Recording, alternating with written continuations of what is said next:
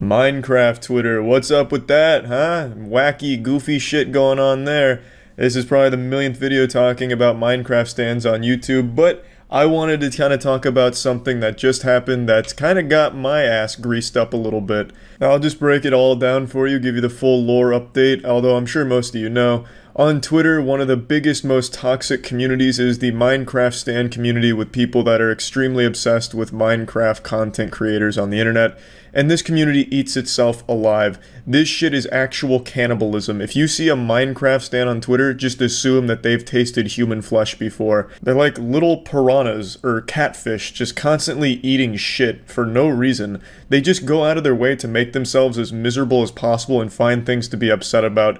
And it's usually the things they love the most. They absolutely murder the content creators that they're obsessed with. If anything goes even slightly awry with the perfect image they have of their Minecraft YouTuber, they lose their fucking mind about it and go on absolute Twitter rampages and trend everything about it.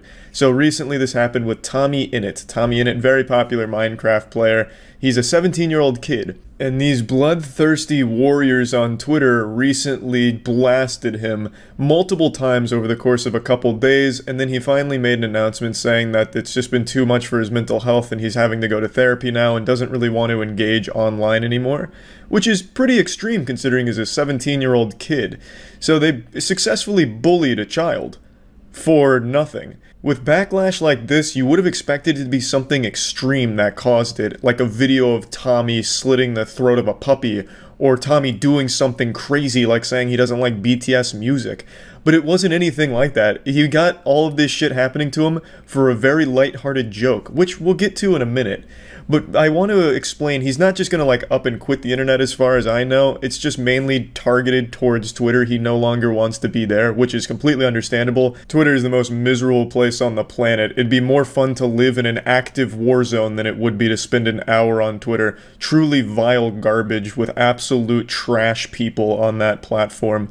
And I want to explain one more time just how ridiculous the Minecraft stands can be. There's entire pages dedicated to just keeping track of what Minecraft YouTubers are listening to on Spotify at all hours of the day. So when it gets to a song they like, they can make 50 tweets about how excited they are that their favorite Minecraft YouTuber is listening to it. It's extremely unhealthy. And then they'll turn around and go from this, the worship, to absolute hatred and vilifying them and calling their favorite Minecrafter a demon and a Satanist, a racist, a homophobe, all kinds of truly deplorable titles that they'll just immediately snap onto them. Just absolutely wild stuff. Is extremely sad to see. One of the saddest things though in particular, and this doesn't really have anything to do with the current situation, for a while there was a trend among Tommy Innit stans and Tubbo stans to sexualize both of them and make them have like romantic fanfic together, despite both of them being underage. So it's really bad stuff that has come from these stans. Of course, not all of them are like this, nor are they all horrible people or anything like that. I'm not trying to make just a pure generalization, but it has led to so many horrible things for the content creators and really Twitter as a whole. Pretty much anytime anything happens with a Minecrafter, it trends #1, blocking out actual important things in the world. So it really is truly just an overall detriment to have this level of celebrity worship be commonplace and normalized on Twitter. I really think parents need to do a better job of raising their children and monitor their online activities, because what's happening is these YouTubers are unintentionally raising a whole generation of kids. And if it's not the YouTubers doing it, it's the children in the fandom raising other children on Twitter to join the fandom like a fucking cult. It's like Lord of the Flies shit with children raising each other, which is why you're having things like this happen. So let's get to the Tommy Innit situation that brought all this up. And it really wasn't just like one thing in particular, but it really started when Tommy made a joke about J-Schlatt. The tweet's been deleted and I actually can't find a screenshot of it, but basically he replied to a tweet saying like, J-Schlatt's a bad guy, mockingly. And then the Minecraft stans got really upset about this, so they trended something called Tommy Neg, meaning Tommy negative. So it was just them shitting all over Tommy to make it trend, so you could just see nothing but shit on Tommy, because they didn't like that he was making light about J-Schlatt. J-Schlatt is apparently a very problematic figure in the Minecraft community. I don't know what the fuck he did, but it sounds like he must have beat up everyone's dad and then fucked all of their moms in that community. They hate him. They have labeled him every awful thing that you can possibly think of, from a racist to a homophobe to a Nazi to a transphobe. all of it has been slapped onto Jay Schlatt. I have no idea what the fuck went on there, but then the community got riled up and they were trying to cancel Tommy because of his friendship with Jay Schlatt. Basically, what stans want is complete control over their favorite Minecraft creator. They want to treat him like a fucking doll or an action figure that they can move around and do what they want. Like, they're the puppeteers and they're the marionette dancing on the strings for him. So they wanted him to end his friendship. They were talking about how hurt they were by Tommy. I swear to God, if they found out Tommy's mom made an offensive joke in the late 80s, they would demand Tommy kill her in order to earn their forgiveness. It is wild how much control they want over the Minecraft content creators. I honestly don't know how more of them haven't snapped at the stans and how some of them even encourage the behavior. They get eaten alive by it. They're literally encouraging a swarm of locusts that peel their fucking flesh off at the drop of a hat over nothing. I don't know why it isn't taking a firmer stance. I understand there's not a whole lot of things you can do, and I know a lot of them do try and be responsible with the stans and like the power of it and try and point out bad behavior. But I think just a blanket statement, just completely fucking stop stanning, you know, just block every stan or something, like, I don't know. But it's only with Minecraft. Mr. Beast is 3 times the size of even the biggest Minecraft player, and he has none of this shit. Mr. Beast community is like the nicest on the internet. They're constantly uplifting each other, aside from the people that try and scam, but I mean, that's always going to happen. I mean, especially nowadays with like NFTs and shit, you can't do too much about that. But Mr. Beast community is significantly larger than any Minecraft community, and you don't see any of this from them, so there's clearly a way of doing it. It's just, I can tell you the way they're currently going about it, which is like encouraging it and like nodding at it, like, hey, maybe trend this on Twitter, is the wrong way of doing it. Because then you'll have shit like this happen, where a good guy like Tommy gets fucked in the ass by the community. It's crazy. But again, I'm getting sidetracked. This is actually a pretty passionate topic for me because it's so unhealthy both for the Minecraft player and the people that obsess over him. It's not good for any of the parties involved here at all. They're both constantly like a parasitic relationship and constantly miserable because of it. But anyway, so after this whole Twitter debacle with the Jay Schlatt joke, Tommy had a stream, and in the stream the chat went nuts. In the stream he asked the community to educate him on some things and just shed some light on some topics he wanted more information about. The chat was constantly calling him homophobic, questioning why he wasn't more politically active, as if that's his responsibility to be a fucking political activist for you. He's a Minecraft player. He doesn't need to, you know, also go with your exact ideals on how things should be in the world. Tommy has done everything he can to go out of his way to be as inclusive as possible to everyone from every community. I think he's an actual really good guy. And to be completely shit on, even though he's done so much for so many people, is just absolutely repugnant. The chat from some of the shit I've seen was awful.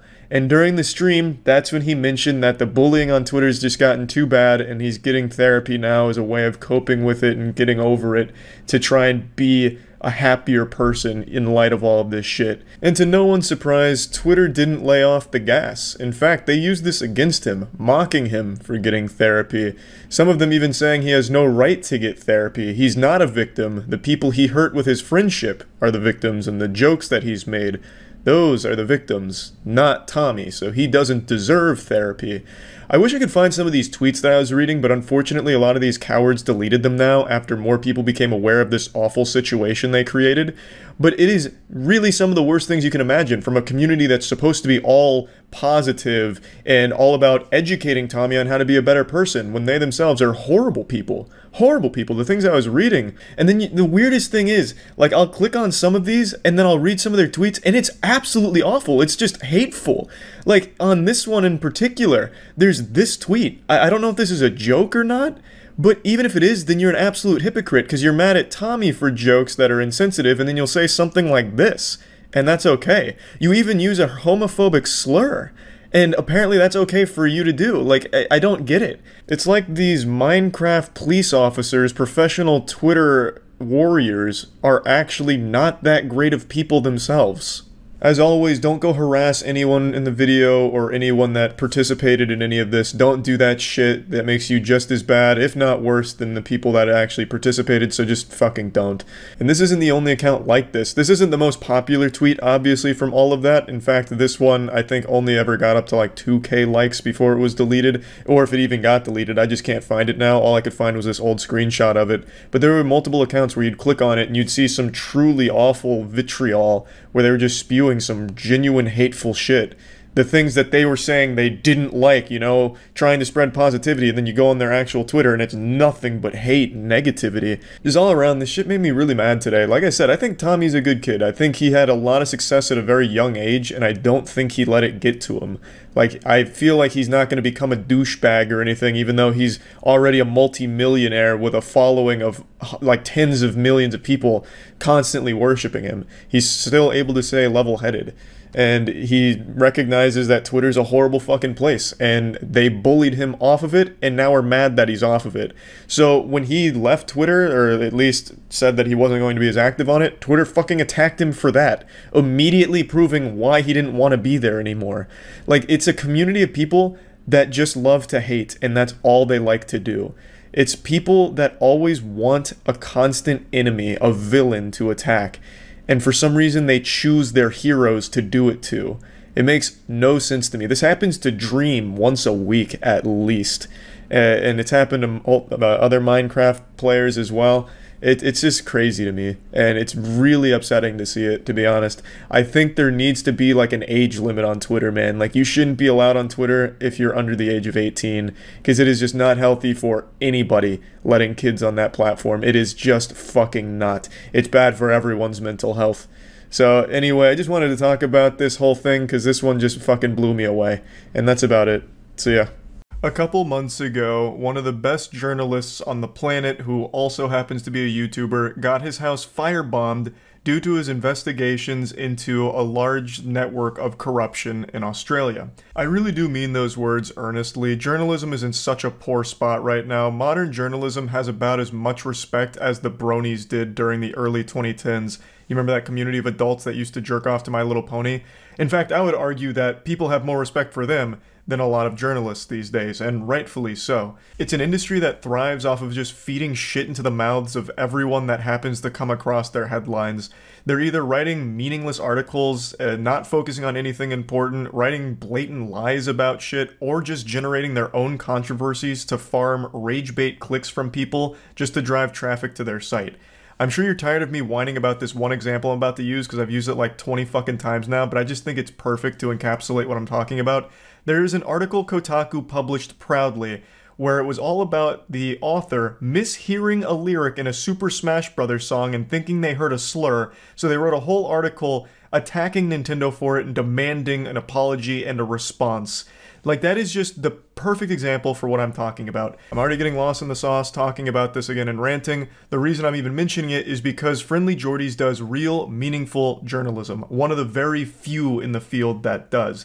He's a political commentator, a YouTuber, and a comedian, and he combines all of these into extremely hard-hitting investigations into corruption in the government, and he presents all of the information factually, with sources, with evidence, and delivers it in extremely entertaining ways. So it's palatable to anyone. Even if you're not in Australia, it gets you educated and it entertains you. It is just the perfect blend of everything you could ever want from a journalist, really. And for all of his hard work, his life gets threatened. He is doing all of this at great personal risk to his own safety. His fucking house got firebombed, and the list of suspects that it could be is super long. He came back recently after a 2-month break on YouTube to update everyone on what's going on with that whole situation, and he laid out the entire timeline of events for all of the enemies he's made that could have been responsible for this firebomb attack on his house. This attempt on his life could have been made by a lot of very powerful people that Jordies has exposed and dropped very important information on over the years, and I highly, highly recommend watching his entire video going over all of it. Of course, the link is going to be in the description below. I'd like to briefly give you a summation of some of the possible suspects here in this little murder mystery whodunit. He compared this whole situation to Knives Out, and he's absolutely right. This is a wild web of fucking supervillains that are after him, potentially. He's got like the entire fucking Naruto Akatsuki hunting him down. And by far the biggest clown, but also the biggest, most powerful person in that group is John Barilaro, the former Deputy Premier of New South Wales, whom has come after Geordie's many times and even cites Geordie's as the reason he stepped down from his position, the most powerful position in New South Wales, because of their YouTube beef and Geordie's content insulting him and exposing him. John Barilaro has some very scary connections that could have been used here that led to this whole situation, and Friendly Geordie's does highlight all of these possibilities. But of course, he's far from the only one. Geordie's has exposed corruption at every level, so the list of enemies is longer than the terms of service to signing up to iTunes. But I would like to highlight two others. One of them is an extremely powerful gambling company that Geordie's has talked about and dropped very important information regarding. And another one is an organized crime ring. I'm not going to go too in-depth on those two yet. I highly recommend you watch Geordie's video talking about why these are very possible suspects in this firebombing on his residence. But I would like to show you a few clips from the video, mainly ones that are poking fun at John Barilaro, going over the history between the two, and just kind of pointing and laughing at this absolute goober.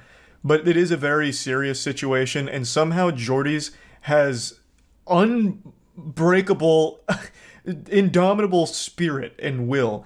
Because even though his life has been threatened, and keep in mind, that firebombing, it was twice. At first, they firebombed his neighbor thinking it was his house, but when they realized it wasn't his house, they came back and fucking firebombed him again. So, his life, very real danger, and he still is making the decision to stay and fight against corruption. There is nothing more admirable or brave. Like, he is exactly what journalists should aspire to be. And he still somehow delivers content that is so entertaining and so good. I don't know how he does it without just like chewing on his fucking fingernails in fear every day. Absolute goddamn Australian hero. In what I now know was a premeditated attack that at best was intended to terrify me and at worst was intended to kill me.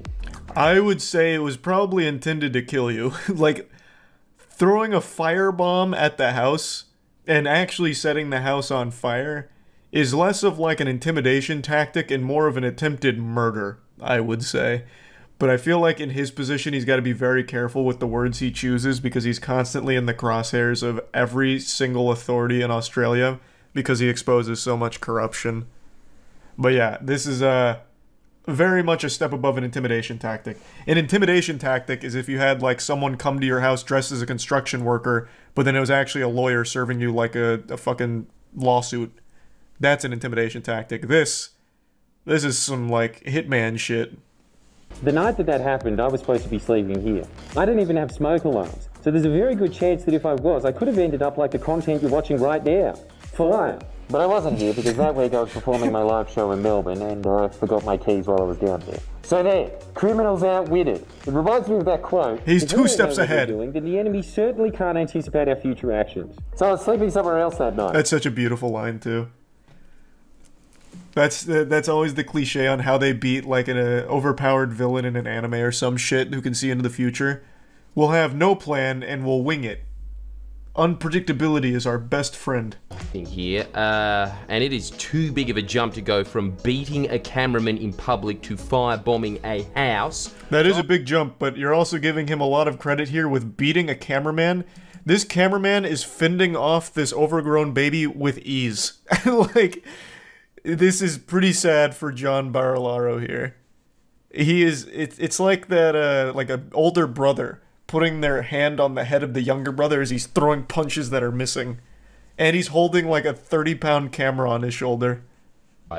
John Barilaro had this palatial multi-million-dollar estate that he Airbnb'd as a side hustle to his other gig, being the leader of a state. This is the dumbest thing you could do, right? Like, especially since the other half of the time, it's not Airbnb, that's where he lives. So we thought, wouldn't it be good if we film a video on the history of all the shitty things he's done, but film it at that Airbnb? Because as you've probably gathered, or haven't because you're that dumb, I'm filming at your estate. And I want you to be the first to know that I f***ed in both your guest houses. Oh, Stooge, we tracked the video. It's coming from inside the I don't know house. if that's true or not, but that's such a fucking flex. This guy actually sounds unbelievably stupid. Like, legitimately, observably stupid. I am believing 100% that his feelings got hurt because Friendly Jordies made fun of him, and he probably cried. Like, he actually probably did cry and then resign. That's crazy. They came on his pillows. Yeah, maybe. I mean, again, I wasn't there to watch him have sex and pound cheeks at John Barilaro's Airbnb or anything. I'm just going to take his word for it. And even if he didn't, he planted the seed of doubt in his head forever now. The guy that makes fun of him also fucked in his beds. So either way, that's a W. John was demanding the police conduct a bug sweep of the property. Something that would cost the taxpayers $10 And a blacklight, despite please. the fact we We need to paid know if he almost actually that fucked much here. to stay at the property. Just imagine how stupid and entitled it is to be Deputy Premier and lease one of your primary residences out to anyone. I never considered doing this before, but say a property developer wants a favour, they could very easily get material to blackmail you. Hey, I want to pop in here real quick once again to drive home the absolute insanity of this situation. John Barilaro, the most powerful man in New South Wales, was listing his actual primary estate as an Airbnb when he wasn't staying there. That is levels of stupid that not even Saints Row was able to tickle. John Barilaro has the brain of a child still struggling to fit a square into a square hole. I don't know what could have even led to him believing that was a decent idea at all. Like, maybe it's 30, 40 years of eating paint chips and boofing asbestos. Like, I don't know. Like, how he could have thought in his position that listing his actual residency as an Airbnb was smart. As Jordy's does list, there was a lot worse shit that could have come from this. Shit could have been planted in his estate that would have got him in huge legal trouble, blackmail, it could have been bugged. Like, there was so much that could have happened here because he lists it as a fucking Airbnb. Honestly, John's lucky Jordy's was the one to do this because it could have been so much worse. He got off easy by the only thing scandalous happening in his estate was Jordy's slamming ham in his bed. Like, he could have found himself in much, much, much bigger trouble. In another video, I called Barilaro up and attempted to ask him about allegations surrounding him and extramarital affairs. Turns out, John's intimate relationships would eventually come under scrutiny in a hearing concerning his boss's intimate relationships, but that's a story for another day. I didn't know this at the time, but these videos caused John's office to contact the New South Wales Police Force just days after their release, specifically the Counter-Terrorism and Special Tactics Command. God, what a flex. You grilled a man's cheeks so hard that he called in the Counter-Terrorism and Special Tactics Command. Fucking Jack Bauer had to be put on your case because you bullied this guy's feelings so hard. Jesus Christ. Now I think he fucked someone that's not his wife. Now, I mean, I know nothing about him or the case, but now because he called in fucking CTU, the Counter-Terrorism Unit, now I think he absolutely cheated on his wife. He went too hard to prove he didn't. Now I feel like he's covering something up. You see, you gotta, there's a fine line between, like, a proper response and an overkill. And when you reach overkill, you're basically already guilty. Oh no, John. The defamation lawyers draft up this absolutely schizophrenic letter detailing all of John's grievances with the videos I made, including that I called him a greasy little scrotum. He needed to clear the record on that one. Let everyone know that's not true. Go by, and they were pretty quiet. Seeing insults in writing on a legal document is crazy. On behalf of a guy that we exposed and made fun of. Oh no. So we've been served. And what they gave us, in my honest opinion, is another whiny crock of shit. That was. Does he actually have to? So he's been sued a million fucking times. Does he actually ever have to even defend himself, or does it get thrown out pretty quickly? Because this man has collected more lawsuits than I have Pokemon cards at this point, from the feelings he's hurt. Yeah, he's had to defend a few times. Okay. Because, like, I've seen the sheer number of them, and it is overwhelming. But I also know quite a few of them get thrown out. Like, even in the description of this one is being thrown out. So I was just wondering if he ever even had to actually go defend himself, or if they eventually just drop it. Then on the 4th of June 2021, my producer Christo was walking back from uni. Oh, I know this one. Meeting our lawyer Mark that day, so he had the document. Yeah, this was a big clip when it came out. They're giving away evidence and trying to run away with it. Yeah? What's happening? They're just fighting him. Run off with evidence. Okay? Who are you doing this? You're going to... Jesus Christ. I'm recording. Where is it? Film this. I am. What the f***? Film it. This is bizarre. This is not Australia. Yeah, it's Mark Davis. Christo was arrested by the Terror Police, specifically the Fixated Persons Unit, charged with 4 counts of stalking and intimidation. So we're now facing criminal charges and a defamation suit. The guy looks like he got... Well, I mean, in defense of John Barilaro, he literally did kind of get cucked by extension. Because this fucking idiot put his personal residence up as an Airbnb, so friendly Geordies went and had sex there. Like, his estate got cucked. So of course he's going to be sad forever. I'll briefly give a little context here. Geordie's producer got arrested on completely bogus dog shit by the goddamn fucking counter-terrorist unit, like super soldiers meant to actually go after like terrorists and shit. All over fucking hurt feelings, and Geordie's and his team exposing corruption. It's an absolute affront to God. It is just downright wrong and fucked up what happened to Geordie's, his team, and everyone involved here. And that clip you saw is only a brief section of that whole arrest, which was brutal. Like, they roughed him up for no reason. Like, all of it is just foul. They end up withdrawing the application and paying both Christo and my legal costs of over $20,000. Hey, but Christo's attaboy. criminal charges still hang over him, and my defo case is still ongoing. During this time, Barilaro also decided to publicly announce his intention to resign from politics, basically saying, I forced him to resign. The defamation case definitely playing a big part of this. God, that's so good. I don't know how many of you can endure what I've endured on online. I feel for young men and women, young boys and girls that get bullied on social media. I feel for them because as a Bro, you are literally the most powerful person in the region, and you're crying about YouTubers making fun of you so much that you're quitting your job. That is the weakest, softest shit of all time. Actual 14-year-olds get bullied harder than you do, and you know what they do? Continue on and move forward. You're the fucking most powerful politician in the region, and you curl up into the little fetal position suckling your thumb because a YouTuber called you a greasy scrotum. That is wild. That is fucking wild. Holy shit. You know what? I actually don't even think it's the mean words that Geordie says against him. I really think when Geordie's fucked at his house because this stupid idiot put his Airbnb or his actual home up for the Airbnb, I think that's what broke him. I think that, like, actually broke his whole soul.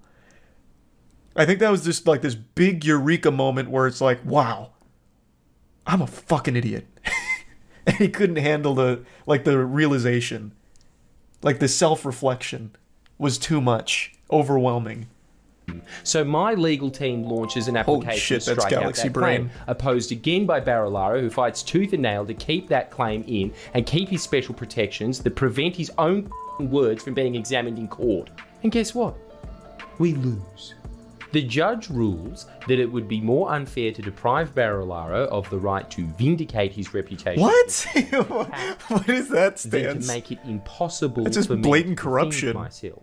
So I'm basically stuck in... That needs to be highly scrutinized ASAP.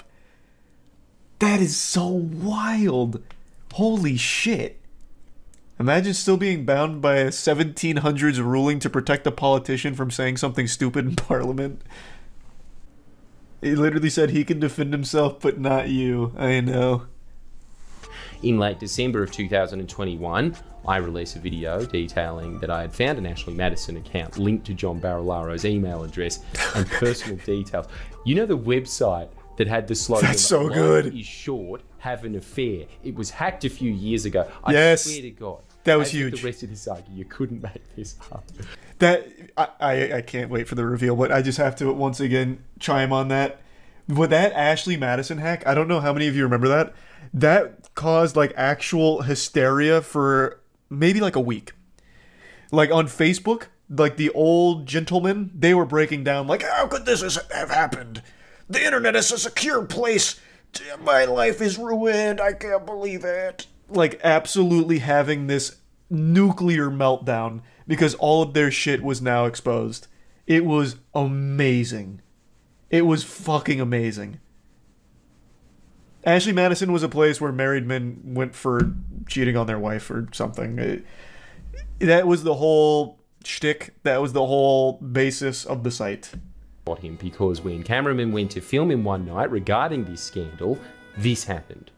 I wonder if that was the woman he met on Ashley Madison or if it was his wife. There's really no telling. Oh, this is the cameraman.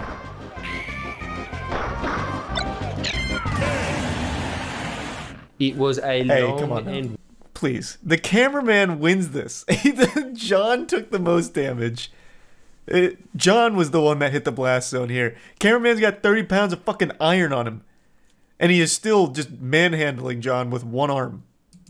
Couldn't work for a while, so we're now using our legal fund to pay for a legal action against John Barilaro on behalf of the camera. Let's go. That's so good. Days ago, John's charges were dropped on the grounds of mental health. How? How is that an excuse? Wait, what? Does that work in Australia? So let's say assault and battery, whatever. Like you show evidence like, hey, this is really taking a toll on my mental health. Like I'm really stressed about this, and then be like, oh my god, we're so fucking sorry. Holy shit. Okay, we'll drop the case, please. Take all the time you need to recover from the mental burden of this whole ordeal. Oh my god, wow. Is that just like something you can actually do? Like obviously assault charges are going to be mentally draining, even to, well, especially to the super sensitive goofball Barilaro. But is that a real defense? Like, my mental health is suffering from this, please drop it. And they'll be like, oh, yes. Well, now that you've said that. It's like in Pirates of the Caribbean with parlay. If you shout parlay, they just have to stop everything. No, not a thing. He's just super corrupt. Okay, thank God. I'm happy to hear that. Well, I mean, I'm not happy to hear about the corruption, but I'm glad to hear this is like a real tactic you can employ. Executive Director of large Sydney property development company Coronation Property Co. In August last year, we released an investigation into this developer, which detailed never-before-published links between them and one of the most violent crime organisations in all of Australian history, the Alameddine crime family, who are in no way suspects in the firebombing. No, not them. I'm sure they all have very credible alibis. Wow, that's we terrifying. That Andy DeHaas, the now former enough for Clubs New South Wales to bring a private prosecution against Troy and I. So now I've made even more enemies. The gambling lobby and anyone that would use them to launder money. And Clubs New South Wales rejected him. By the way, this came out on the same day John was saying in court that he was too mentally ill to face his assault charges, but well enough to run Clubs New South Wales, one of the most scrutinised jobs in the country right now. Well, the thing is, like, assault charges are a scary thing. That's like a mental ewy. Like, that's yucky. Like, that doesn't make me feel good. But being in charge of a massive gambling company, that's a yippee kind of feeling. Like, that's two very different sides of, like, the mental spectrum here. So I can totally understand him not wanting to go to court to face the assault charges. That is very stressful. This is pleasure. This is fun. So I get it. I get it, John. To have me thrown in jail, the 7th richest man in Australia threatening to sue me, numerous other property developers and dodgy bears. I have a longer enemies list than Richard Nixon, so despite having my suspicions, I'm still not completely sure as to who done it. But enough of listing enemies, it's now time for my friends list. First of all, sorry to my neighbours and landlord, and future apology to whoever finds my corpse. It's going to be messy, I'm not going down without a fight. Big thank you, boy. That's like actually fucking terrifying. Like he's making light of it, but the enemies that he has listed here are actually fucking horrifying. Like, I can't believe he's still staying in Australia, honestly. I really can't. So, for those that don't remember the situation, I'll quickly let you know. His house got firebombed, but it was actually the second attempt. So they initially firebombed his fucking neighbors, thinking it was his house. And then when they realized it wasn't his house that they fucking firebombed, they came back to try and finish the job. And like he mentioned, the house didn't even have smoke alarms, so like he literally probably would have just died if he was actually home at the time. Because it would have been when he was asleep. And the enemies he's listed here and their connections are very serious. I don't know how he's sitting here and being like okay about it and lucid. What a man's man. The problem as well is people who hear real journalism but don't like the message and reject it. See, like, I don't really subscribe to that belief, because if you look at some of, like, the real journalists that do great work like Jordy's, they are very well received by actual people, not politicians and not the elite. Like, that's how you know it's the sign of, like, good journalism. I never really see pushback when you're met with, like, a real journalist. 2 days ago, a great injustice was had in the cyberspace. Gotham was threatened with their most terrifying cyber attack yet. An unforgivable sin was committed in the holy battlegrounds of Apex Legends. I made a video thoroughly going over the topic 2 days ago, but I'll break it down real quick for you since we have a development here. So, there was a Apex Legends tournament hosted by an org called Fate Legion, and during the tournament, a teammate teabagged another teammate. So it was a friend teabagging a friend as a joke, and they laughed about it. But you know who wasn't laughing? The tournament host. The man casting the tournament blew a fucking gasket once he saw the teabagging. He had a reaction to it like he had just watched his own house be set on fire. Just some kind of massive meltdown over this teabagging event, and then said that not only is the player, Dilly, the one who teabagged, banned, but the entire team is banned from the tournament and future tournaments because of the teabagging. And even when it was brought to his attention that they didn't teabag an enemy, it was two friends joking with each other on the same team, he said it didn't matter because teabagging your teammate isn't professional and it's toxic no matter what and they won't tolerate it. So going on this massive meltdown and this huge power trip, he made a mockery of both himself and the entire org that he represents, so they started getting slammed and jammed on Twitter, just getting dunked on left and right, and they got their ham steamed. But today, they released a statement with their account of the situation, and it is the worst doubling down I have ever seen. Oh, really? What was their statement? Check the Fate Legion Twitter, they made a statement about the Apex teabagging 20 minutes ago. Oh, this is fresh. Oh, we're on the cutting edge right now. This is, oh my god, this is actually one of those moments where it's like too long, didn't read. I'm not reading all that, but good for you, or sorry that it happened. How can you make such a huge statement off of an absolute embarrassment? Just say like, yeah, this was silly. We banned Apex Predator that goes by Dilly. The facts around the situation have been 100% altered to suit the creator's needs for the narrative he needed to start a riot on social media. Interesting spin. Going for the it's all lies approach even though our caster literally said these things. I don't really know what context spins it differently. It has the exact moment that Dilly teabagged his teammate and his initial response was, he's banned. All of Crazy Penguinz disqualified. But I guess we'll see, maybe I'll be convinced. That's super weird though, because in that clip, it shows your caster acknowledging Dilly's statements on it being his teammate. What do you mean he didn't provide any proof? Your caster even acknowledged it. He literally said, so it's your teammate, but it's still not okay. What do you mean? Oh, it's too small for you guys to read? You guys can't read this on stream? I'm just gonna do summaries. So basically this first statement, this first paragraph, is saying that it was a heat of the moment thing and we're sorry about that, but we did decide to let them play it out and they received their prize winnings at the end. He was never given a formal ban, just a verbal one, which they would have overturned if Dilly provided any evidence, which he didn't. even though he did, because the caster acknowledged that it was his teammate during the broadcast, so the evidence was clearly enough to convince the caster. But I'll digress. And then he said, and then they say that Dilly altered the VODs in order to slander the tournament.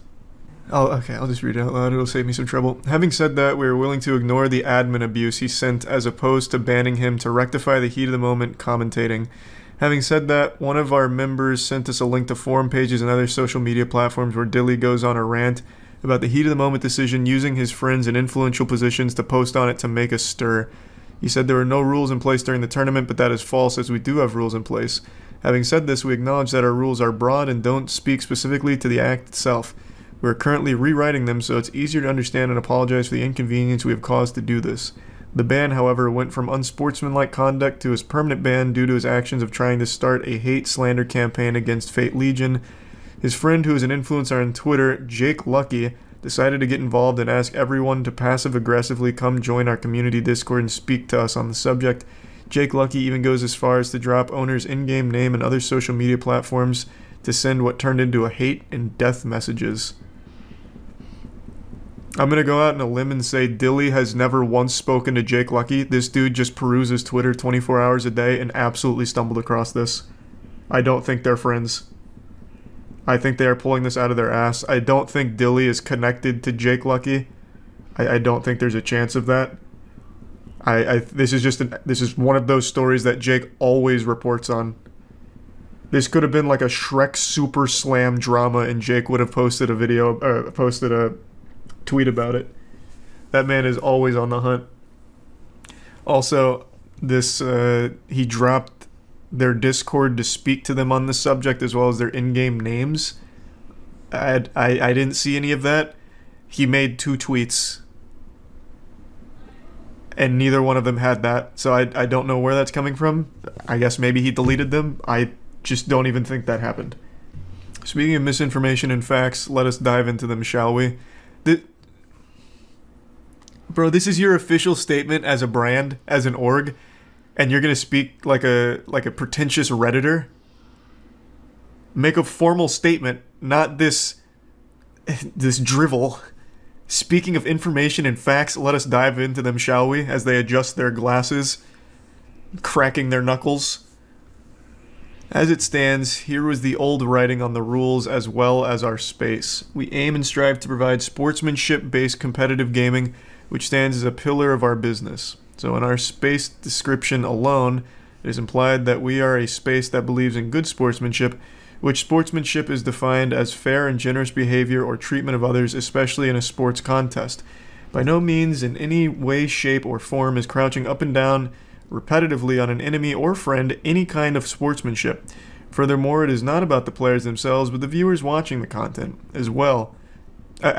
Studies have shown that toxic behavior in gaming, such as teabagging and shooting bodies, is a contagious event that will not stop due to the fact that it has always been around, so it is here to stay. What am I reading?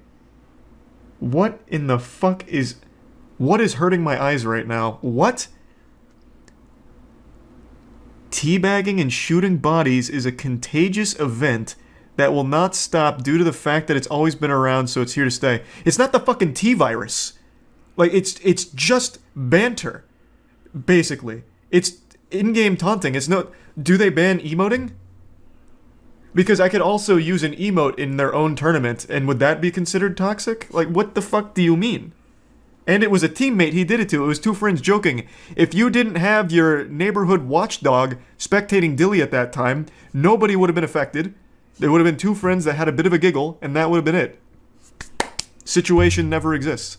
But because you had an overly... I don't even know what to call it. Like, overly justice-driven vigilante hosting your tournament, he made a big hoopla about it, and he made your whole org look silly, and now you're dying on a stupid hill. This is a terrible statement. This is an absolutely awful statement right now.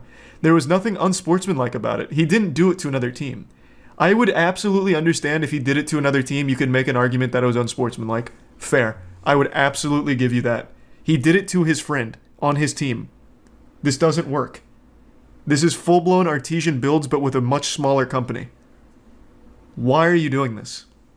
He's white knighting, but for nobody. For literally nobody. For himself. There's nobody here. There's not a victim. Like, I don't know what they're trying to say, like, not only for the treatment of others in the contest, but the spectators as well. The viewers watching the contest. Do you think all of your viewers, when they saw Dilly crouch up and down on his teammate's death box, just fell out of their chair, clawing at their own eyes, trying to forget what they just saw, like a traumatic experience? And so this whole paragraph here was supposed to be about correcting misinformation, which they didn't do. Like, in the first paragraph of your statement, you're saying that Dilly slandered you and misrepresented you, and the facts are not there. It is manipulated, it is fraudulent. And in your paragraph where you're supposed to prove that it's fraudulent, you don't. In fact, you prove how vague and unenforceable your rules are. Because sportsmanship can be defined any way you want. It was him and his friend joking around. Like, no one was affected. So there was no sportsmanship violation. And then you go into this weird sentence about teabagging and shooting bodies being contagious. And that it's never gonna stop, as if it's some kind of like the plague. Like the bubonic plague of gaming. Listen, they wrote this in 5-point font. I don't know what to tell you. I'm reading it to you, okay? So just be patient as we digest this. This would be like punishing a pop-off of one of our Smash players. If that happened, I'd go nuts. Yeah, I'd go wild. This makes it a package deal that makes the action in general toxic due to the back-end nature that is used to demoralize players due to lack of skill. When players perform the act, they usually accompany it with negative wording to put other players down, regardless if they can hear or not. The only thing this action does is to try and assert one's dominance over another. How is this kind of behavior condoned? This doesn't even apply. It was his teammate, his friend. They were in a voice call, talking, joking. It wasn't used to demoralize a player due to lack of skill, nor was it accompanied with negative wording. What are you talking about? What are you talking about? It was so... It just really grinds my ass to see a company kill themselves so publicly and so avoidably, like with Artesian builds. I would say this is like on par, not as bad, because the company's not as strong, but like this is still just as tone deaf and misguided. It blows my mind. Like, how do you have a business when you're this out of touch?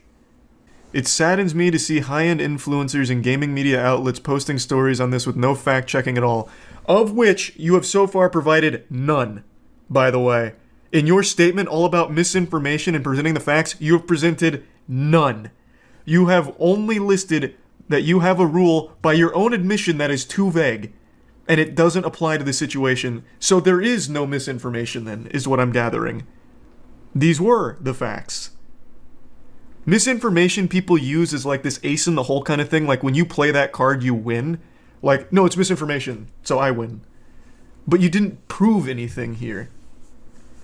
The spread of misinformation has gotten so bad and out of control that Jake Lucky and Dilly are now being attacked for being the ones to ban, when in fact it was not.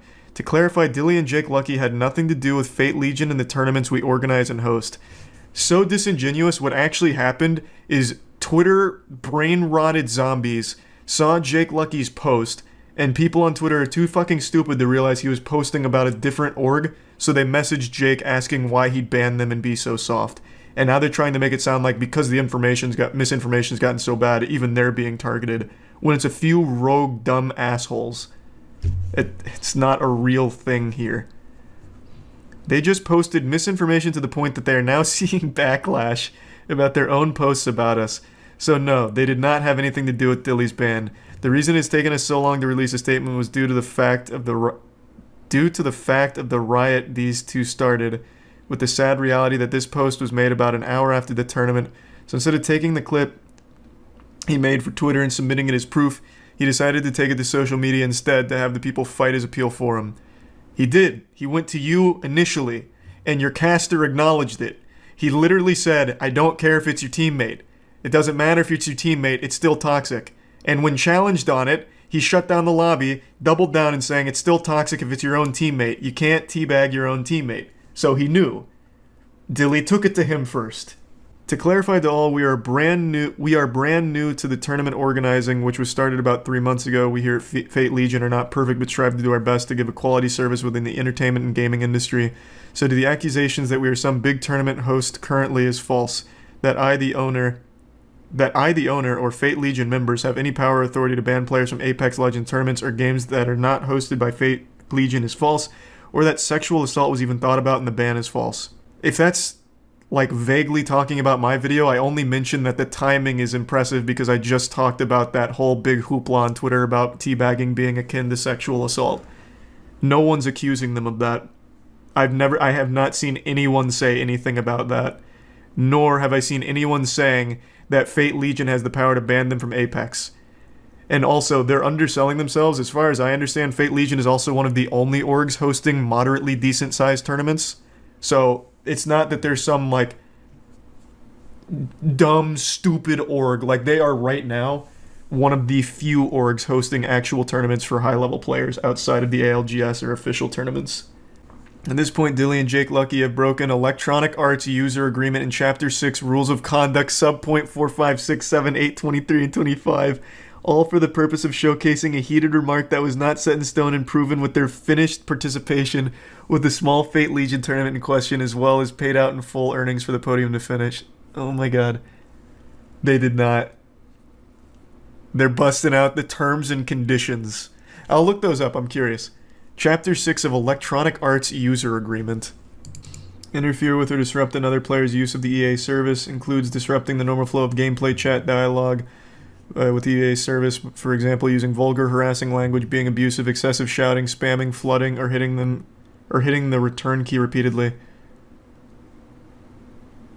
You actually think that applies? Okay, Fate Legion, let's play by those rules. Your caster did this one, using vulgar or harassing language, being excessive, and shouting. He did that on stream, publicly, in your own professional tournament. So he broke a rule of conduct. Ban him. Harass, threaten, bully, embarrass, spam, or do anything else to another player that is unwanted, such as repeatedly sending unwanted messages, personal attacks about race, sexual orientation. What? This also didn't happen because it was his teammate. This is crazy. That is the reality of the situation at hand. How powerful. What a big man behind this keyboard. Wasn't that one of your big statements on stream?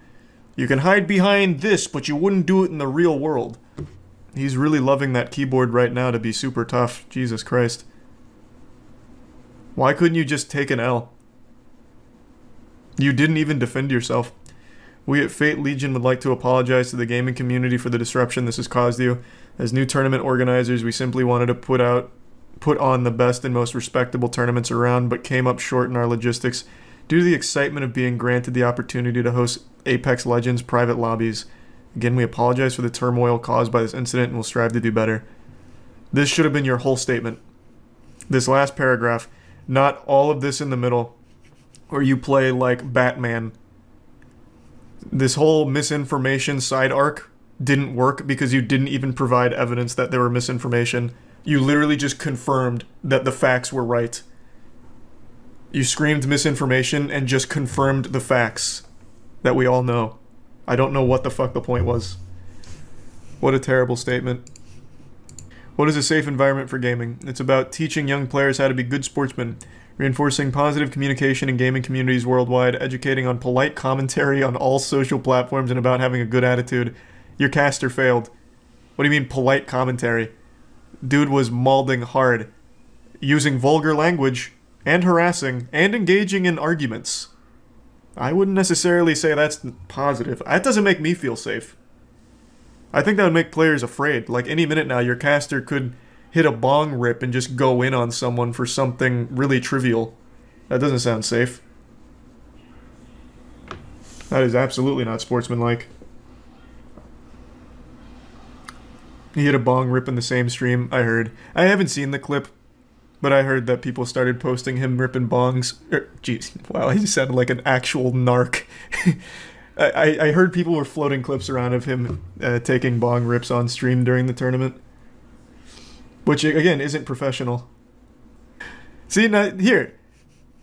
This you could have used as an example of, okay, he was being mean in the chat, and that influenced our decision, but that never came up because your caster engaged in this argument with him. You guys both went back and forth. But this would have been a point to you saying, like, it wasn't just the teabagging, his response to it is what made us, you know, enforce the ban or something. Then it's like, okay, so he was in Twitch chat, understandably upset after the outburst from your caster, publicly shaming him, banning them. Okay, he used vulgar language. That was against the term, against your rule. Fair enough, but your caster did it too. Over nothing in the first place. There was no violation. He's rightfully upset. But okay, he violated one of your rules with the vulgar language. I don't know what the fuck they keep posting here. I don't know why they keep posting this. Oh, just to prove that they paid him $15? That was just never even I didn't see anyone questioning that. Was that something people were wondering? Did they get paid? How is paying $15 out, like, acquit you of everything? Like, it's just not that. That wasn't what people were upset about. It was banning an entire team for teabagging a teammate, their own teammate. No one cares. No one cares. No one asked. Yeah, I know what you like. You're so naughty. I've got exactly what you've been begging for. Something super goofy.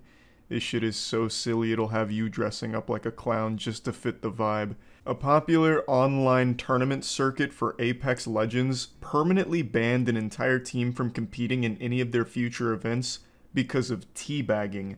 The new video game boogeyman, this teabagging menace. But in this case, it wasn't even like the classic scientific definition of a teabag where you go over and crouch up and down on someone's body after you've killed them. What happened here is it was a teammate that teabagged his other teammate just as a joke amongst each other. And it didn't matter. The tournament organizer didn't care. He made a giant statement. Not only were they going to be banned from competing in their tournaments going forward, but he puffed out his chest and exuded some real hall monitor energy by proudly proclaiming that no matter the context, even if it's a teammate teabagging another teammate for fun, it's still toxic and will not be tolerated in a professional setting. Doesn't matter. And then he goes on to say, just because you have a keyboard to hide behind doesn't mean that we'll accept it. It was so embarrassing. Just made an absolute fool out of himself and the entire tournament that they run. I'm going to go ahead and show the clip now because I'd like to get into it a bit more. But this is impressive timing because I just recently made a video a little under 2 weeks ago talking about that massive Twitter thread that claimed teabagging in a video game is the same as real-world sexual assault. Teabagging online is sexual assault. It was absolute insanity. But the reason I'm bringing that up is because now we have yet another case of teabagging being very contentious here. And I just have to wonder what the fuck is going on with the world right now, where online crouching up and down is apparently a huge deal. People always thought that in the future, wars would be fought on the battlefield with drones and robots. But the truth is very far from that. It seems our wars are now fought online with our digital nutsacks. Twitch, the Terra Day, appreciate you sticking around. Yo! Okay, Dilly is, Crazy Penguinz is disqualified. I'm not taking that at all. Oh, he went over to the dead body that they just killed and he went teabagged on the fucking death box.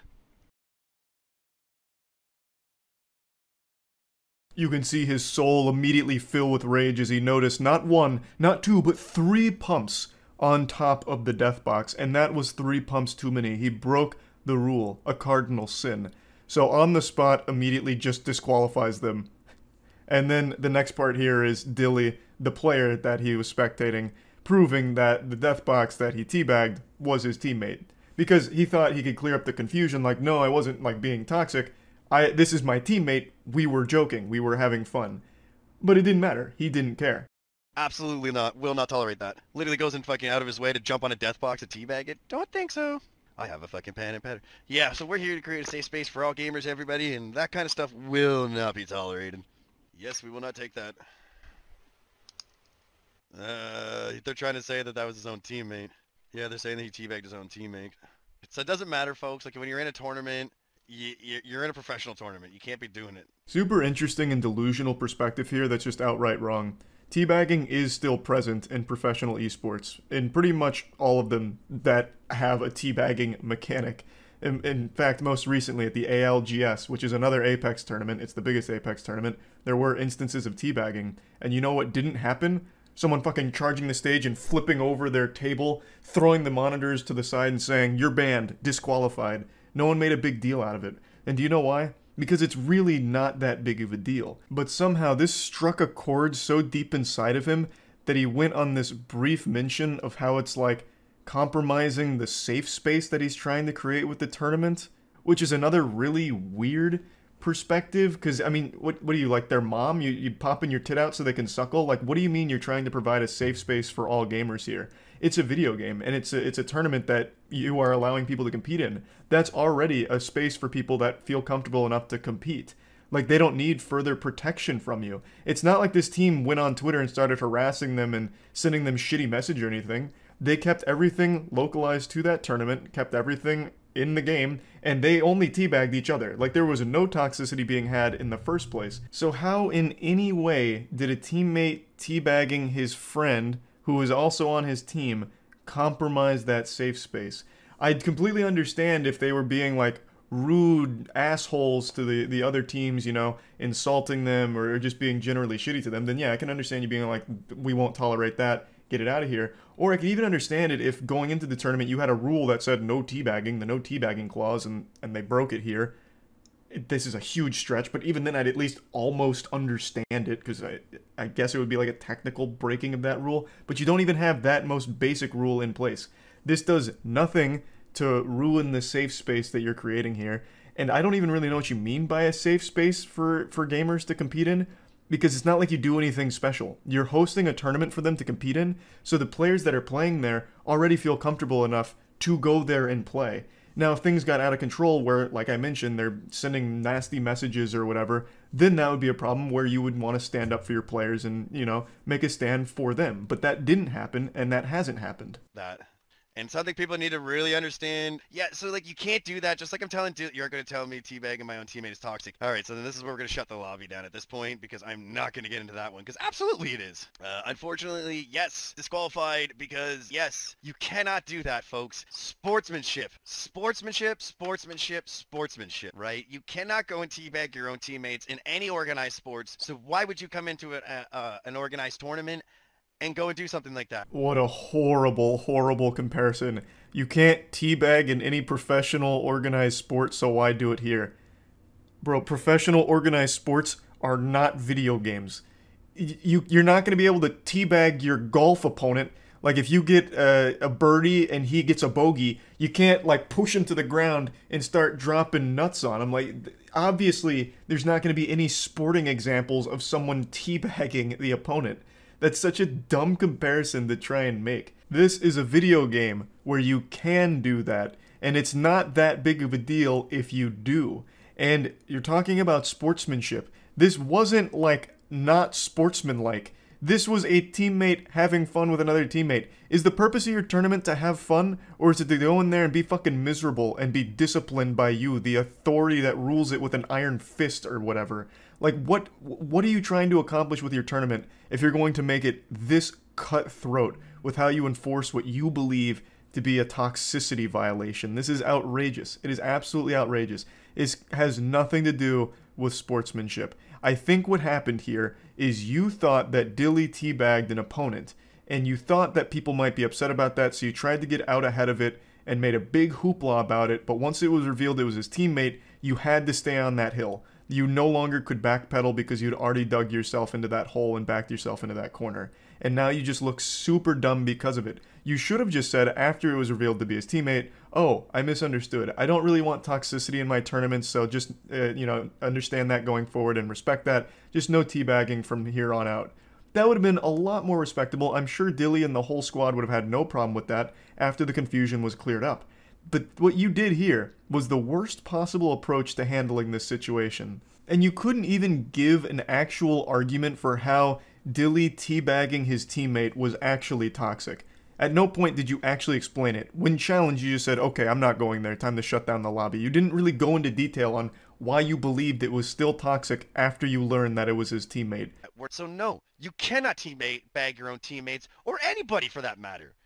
Do not teabag teammates in the future. Just because you can hide behind this and get to use this little thing, you're not going to do that in the real world, so don't do that. Oh, big shot here. Big muscle, masculine, tough guy. You can hide behind these keyboards, but you wouldn't say it to my face. What a great argument. I don't even know what that has to do with anything, by the way. It's not like Dilly and them were talking shit. They were trying to understand, trying to get clarification, like, can you explain how me teabagging my friend who's on my team is toxic? And I guess for some reason he took that as fighting words. Oh, so you want to fight then? Ah, keyboard warrior, of course. Get out of here. Banned forever. Horrible. Horrible, horrible all around. Let's go ahead and see what Dilly said, because he made a couple posts about it, obviously, because he was upset about it. And as he lays out here, it's not in the rules. Like, there's nothing about teabagging in the rules. So even if he was trying to, like, strictly enforce a poorly written rule, it's not even there to begin with. They just had absolutely no grounds for this overreaction. So yeah, horrible ban here, awful decision, and it makes the entire organization, or the entire tournament here, look really, really silly. That's about it. So yeah, it's no secret that journalism isn't as respected as it once was. It certainly doesn't have the pedigree that it used to. Most people find journalist to be synonymous with clown, and it's really not hard to see why in a lot of cases when even today you have major publications like the Wall Street Journal in particular, who I'm going to name and shame real quick, who are writing goofy dogshit articles that are just blatantly wrong and misleading about Sam Bankman-Fried. Sam Bankman-Fried was the head of FTX, the cryptocurrency empire with billions upon billions of dollars in it that collapsed overnight and is a blatant case of fraud. But for some reason, Wall Street Journal and other publications, but Wall Street Journal in particular, has been playing this game of hide Sam's cock in their mouth, and they've been writing articles, like, refusing to admit that it was fraud, and making all kinds of weird excuses for it, like, oh, the reason FTX failed was actually because supporters lost confidence in Sam Bankman-Fried, or Sam Bankman-Fried was the world's most generous billionaire who had plans to save the world and now he can't since his empire collapsed. Playing the world's smallest violin for a fucking criminal, a fraud. It's so weird. And it's things like that that give journalism as a whole a very negative reputation. I know I've already spent quite a bit of time talking about this, but it's just infuriating. Oh, no, he's not a fraud. It's because he was too nice and too smart. We didn't see the vision, so it's actually our fault. You know, Sam Bankman-Fried's a goddamn angel. It's fucking sickening. And it leads to this stigma around journalism. But there are great journalists out there, and the one I want to talk about today is a journalist who is legitimately putting his life on the line in order to deliver extremely important stories to the public. And he's actually a YouTuber. His name is Friendly Jordies. He's a comedian who has, for the last couple of years, been very much delivering some of the hardest hitting journalism in all of Australia. And the price he's paid for this is a huge one. He's been threatened more times than Bugs Bunny by Elmer Fudd. He is constantly getting threats from powerful people. He's been sued. Even very recently, he was involved in a defamation case that resulted in Google, YouTube having to pay $715,000 over this defamation case. He was labeled racist or abusive for a series of videos he made talking about a person in power. He's done so many stories about corruption at even the highest level, and most recently, the scariest thing has happened to him. His life was put in jeopardy. His house was firebombed. He made a video going over the situation, but it's also been reported by so many Australian news outlets as well. The situation is as follows. His neighbor's house was firebombed on the 17th of November. It was luckily put out pretty quickly, and then shortly after that, his house was firebombed, and a lot of it was damaged, obviously. Now, this appears to be a deliberate attack. The fact that his neighbors got firebombed and then he did makes it seem like they originally went for him to begin with, but were too fucking stupid to figure out which one was his residence, so they gambled on a 50-50 and lost. Kind of like when you gamble on a fart and shit your pants, but then they came back and tried to finish the job. It's fucking terrifying stuff. I'm going to play you a bit of his interview with the media here when they were waiting for him outside of his house. I would hope that the New South Wales strike force that is supposedly set up for fixated people and terrorists would be looking into this instead of a comedian and his team for 6 months straight at the whim of a previous premier that all of you defended for his last 10 years. And then when he came out, and even after all the New York stuff, you're still sitting there defending him now. I saw all of your articles today where you all wrote all of the same little narrative that you write every time. I would hope that you would put just as much attention on the fact that that happened as you have on trying to assassinate my character over the last year. Thanks for your time. Did something happen here a week ago, Jordan? Now, his real name is Jordan, and even in the face of his life being threatened, he still rolls up calm and collected like Kratos, keeping his slapping hand primed and ready for these media cheeks. And it's not like his anger is misplaced. He has had very less than favorable articles written about him with a lot of labels attached to that, which I don't think are deserved when the entire purpose of Jordy's content recently has been exposing corruption at the highest level, which is an extremely important thing to be doing, where I feel he should be rewarded instead of vilified. But, you know, that's just me. I don't live in Australia here, but he has been treated very poorly by the people that are now standing outside of his home, showing no empathy at all. No sympathy at all, just trying to circle around like vultures on roadkill to get their scoop for their clicks, and he rightfully is upset at them and points out a bit of the hypocrisy surrounding it. I'd also like to add a bit of context surrounding Jordy's statement about the fixated people and terrorists statement he made in that clip. Well, it's because one of his producers was arrested by the unit that's supposed to be monitoring and stopping, like, terrorists, I guess. It's the Fixated Persons Unit. His producer was arrested for stalking. What a remarkable joke. It would almost be laughable if it wasn't so goddamn scary.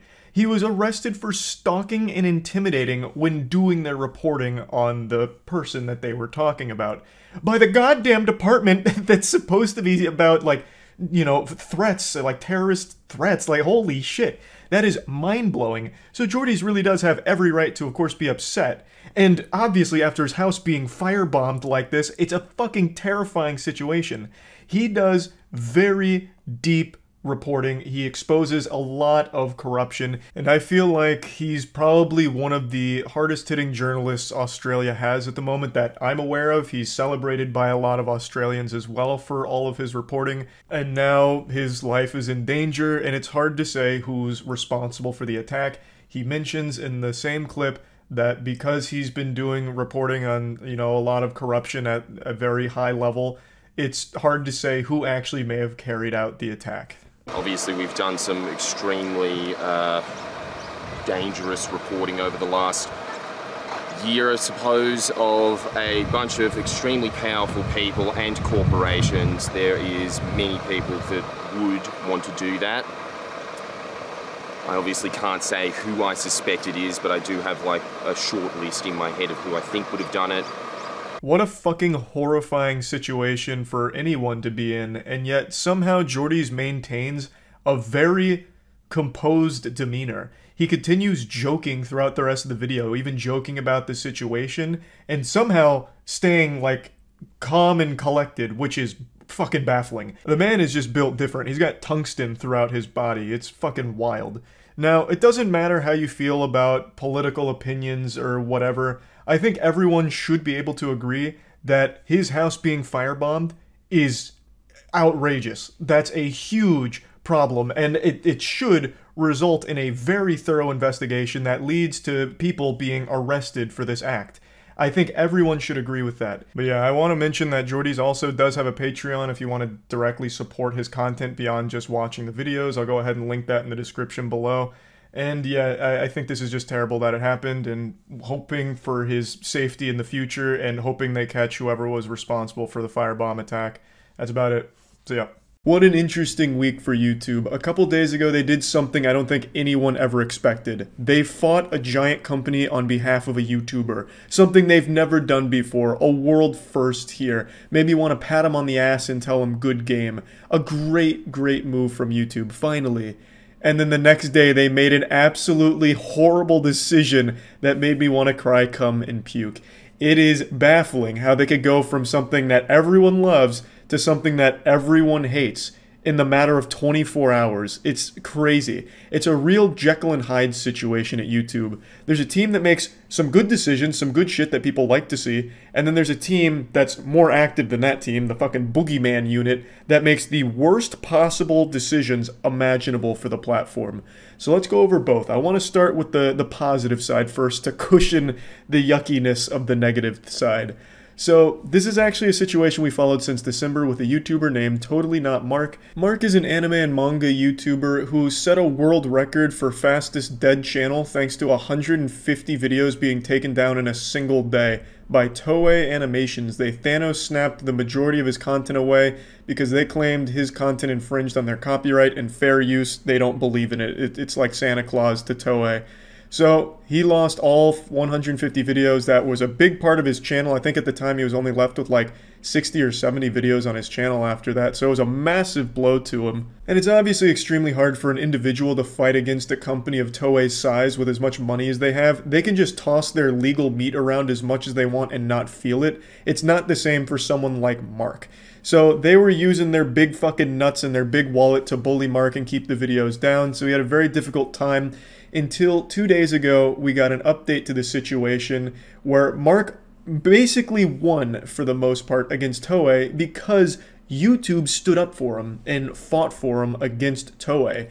And it actually revealed how petty Toei was. I'll give you like a brief overview of the situation, but I highly encourage you to check out Mark's video on it because he obviously goes into more detail. But he revealed that Toei actually violated YouTube's policy because initially Toei wanted to strike Mark's channel 150 times for each instance they believed that he infringed on their copyright. Now, for those that don't know, a strike is the worst thing that can happen to you on YouTube. It's like getting hit over the head with a sledgehammer. It's 3 strikes and your channel gets deleted. 150 strikes is what Toei wanted thrown against Mark. That wouldn't have only deleted his channel, that would have sent Mark straight to prison, banished him straight to the fucking Shadow Realm, sent him to hell. That is an absurd amount of strikes that they tried to throw at Mark all at once. They loaded up the cannon and fucking tried to blast him. But YouTube didn't let it happen. They said, no, we're not going to do that because we believe his content is most likely fair use. Like an argument could be made for it, so they initially didn't let Toei do that. So what Toei did is they went behind YouTube's back and used a different set of tools to manually go through and take down 150 videos, copyright block them. So he didn't get strikes, but Toei still got the videos taken down. And this was a complete violation of the YouTube policy. So when Mark finally did get a team at YouTube that wanted to help him and assembled the Avengers at the YouTube HQ, they noticed what Toei did and realized this is not okay, this is a violation. So then YouTube just wiped their ass with Toei's face. Like they full-blown just put their ass in Toei's asshole. They washed the blocks and came to the compromise where YouTube was going to block those 150 videos in Japan only, which, because Toei was arguing that it's not fair use by Japan law, YouTube said, okay, bet. Blocked in Japan. They're fine everywhere else. So now for the most part, Mark has all those videos back online everywhere except Japan, which he's not super upset about. And that concludes the Totally Not Mark vs. Toei anime arc. Now I think it is worth mentioning that Toei can still fight this, and I think there's a great chance they probably will considering how petty and out of touch they are. They could try and make a legal argument that the 150 videos are a complete violation of copyright law and they are not fair use, but they would have to argue that outside of Japanese law. They would have to prove that on like a global scale, that Mark is some kind of evil super villain mastermind pirate sailing the 7 seas. He's crossed the Grand Line and is delivering illegal anime review and manga analysis.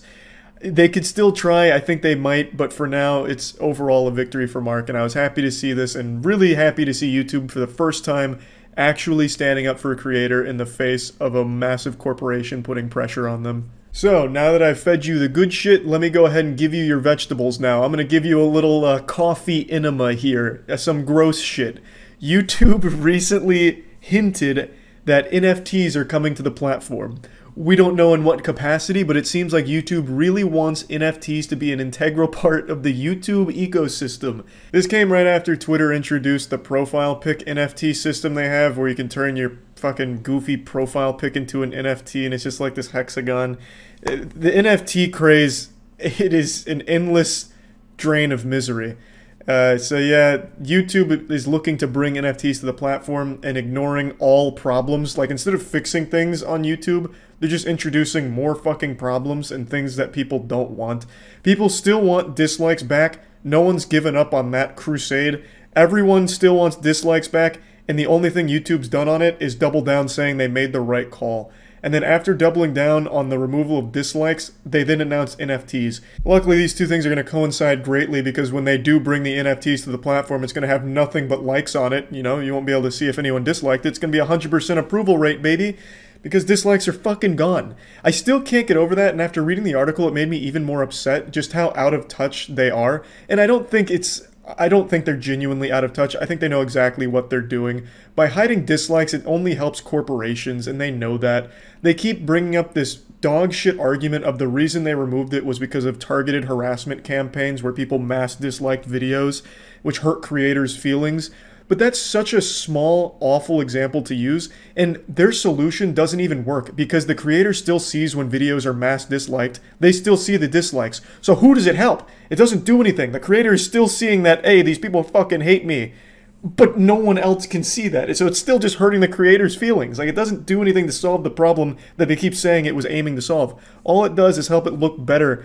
Help YouTube look better to advertisers and corporations. It's fucking gross, it's fucking silly, it's stupid, and it is still the worst change YouTube has probably ever made. It just blows my mind how they can have one team that does something super great, like what they did with the Totally Not Mark situation, and then a team like this that removes dislikes and introduces NFTs. I honestly wouldn't be surprised if YouTube in the next 5 or 6 years removes the ability to even upload videos yourself. You'd have to mint them as NFTs on the blockchain or something. Like, YouTube just becomes an NFT video sharing platform, and that's it. Like, imagine nothing but Bored Apes, but animated, and that's YouTube. Just sad, silly, stupid, upsetting shit.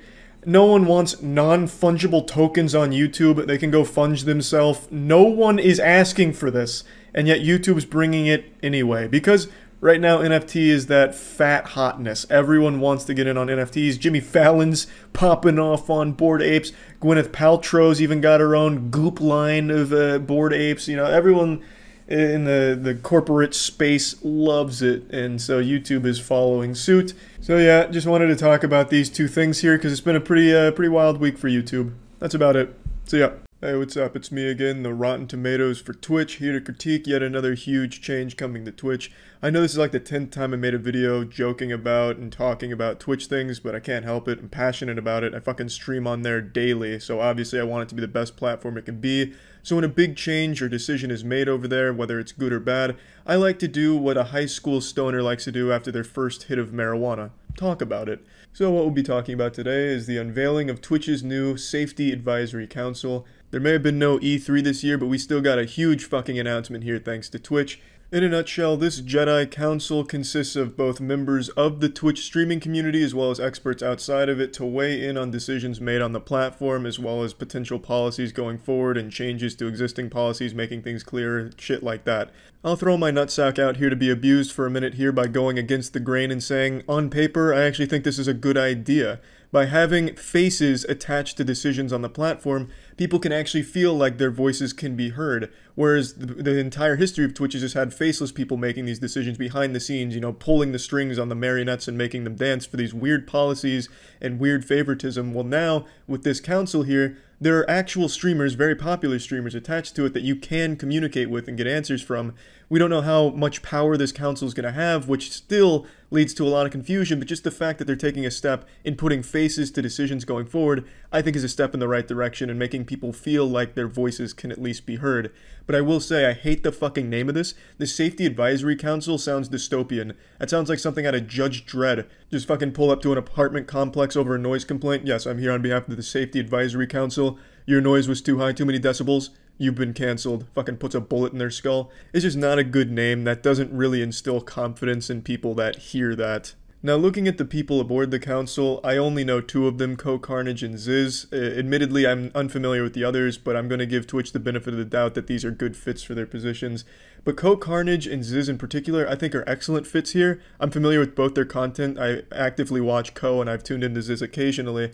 And I think both of them have a very good understanding of Twitch culture, as well as understanding exactly what is and is not allowed and how to make policies more clear, as well as what policies should not even be there in the first place. As Ko said during one of his streams about this, he's actively fighting to make sure there's not too many rules that start suffocating the creators, and I think that is the absolute best way of approaching something like this with this kind of responsibility.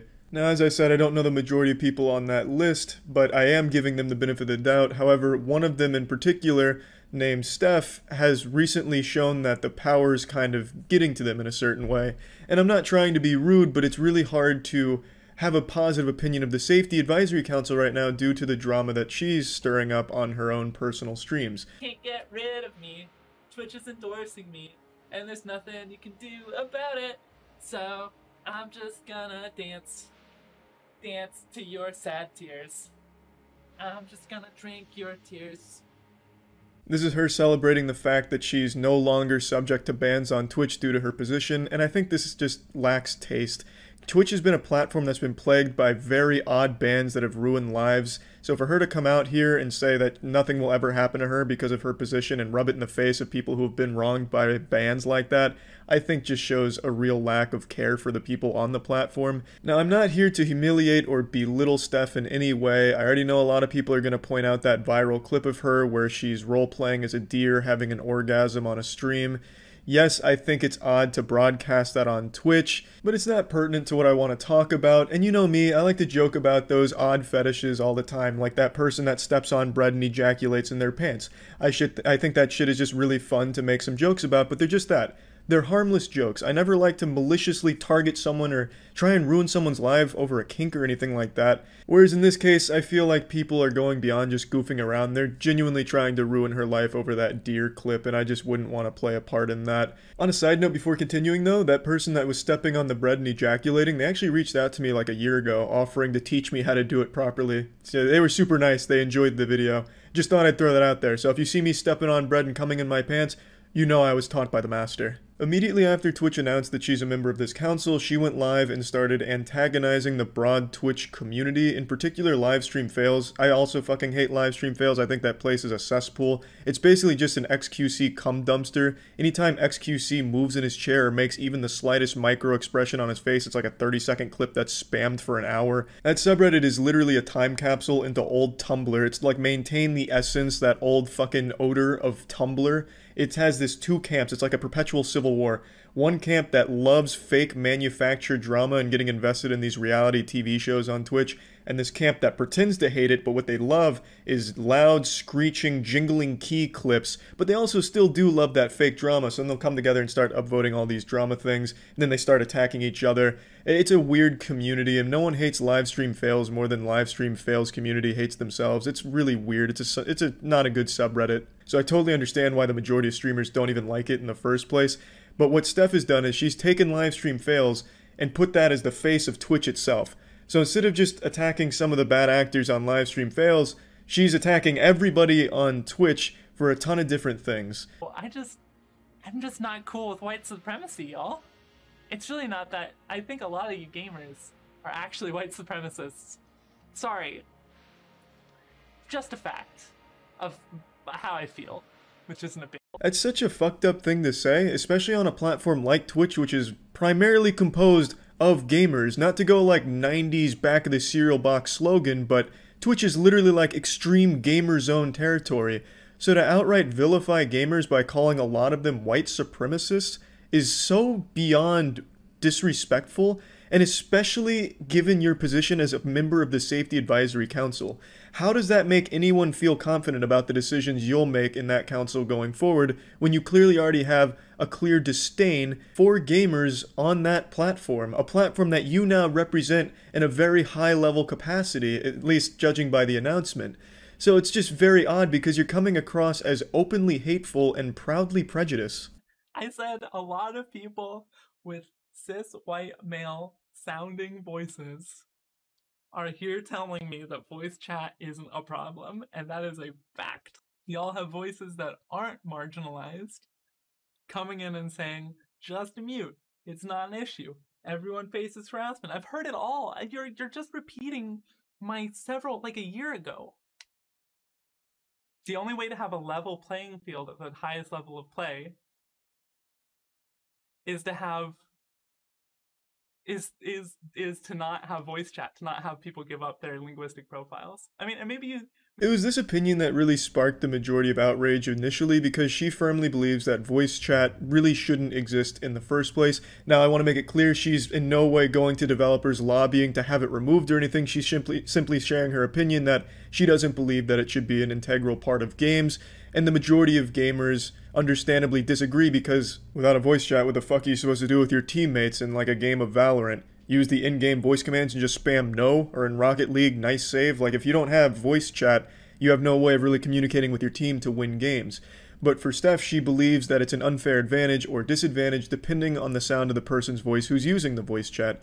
She argues that those with a marginalized voice have to resort to blocking and muting toxic players in their lobbies, which inhibits their ability to communicate and win the games. And that's a fair point. That shit absolutely does happen. Anytime a girl talks in like a fucking Overwatch lobby or Valorant, dudes will fucking dogpile on that like they're recovering a fumble in the Super Bowl. They're either getting flirted with or just outright insulted and harassed. That absolutely is very commonplace, and you're lying to yourself if you think it's not.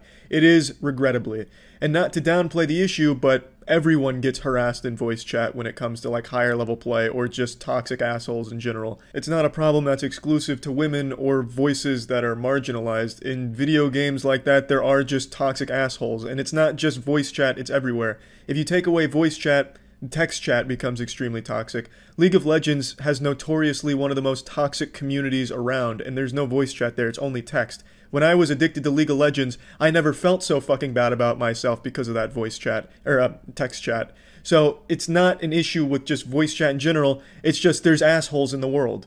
Unfortunately, that's just what it is. But luckily, thanks to the incredible advancements in technology, we found the solution. We have the answer. It's called just muting the assholes, blocking them. You don't have to hear these things. You can always block people that are just outright rude and nasty. So I understand her opinion, and I do agree that the harassment in voice chat, especially for women, is pretty fucking nuts these days, but you can just not hear it by muting them. And yeah, it does suck having to mute your teammates, but if the alternative is just taking away voice chat entirely, it's better than the alternative. Now again, I think there's nothing wrong with having this opinion from her, and I don't think it's means to just outright harass and berate her. The problem is the way that she approaches getting these ideas across and her beliefs. She's very standoffish, and anyone who disagrees with her, she immediately labels as either a white supremacist or an overly privileged cis-white male. She seems to enjoy attacking the community she's supposed to be representing and looking out for, like with the first clip I showed, dancing about her immunity from Twitch because they now formally endorse her into this council, and she's saying how she's just going to drink the tears of the people who are upset about the things she says. So, and she bans everyone in her chat that happens to disagree. Now don't get me wrong, she does ban actual douchebags that deserve it, but she also just bans people that are asking simple questions or just happen to disagree, but not just banning them, labeling them some very nasty titles, which I just think is wrong. Asmongold said it best when he said, this kind of behavior really shouldn't be accepted from someone at that position, because imagine if someone said something different that wasn't cis-white male, you know? What if someone said, gays are ruining the voice chat, so we need to remove voice chat?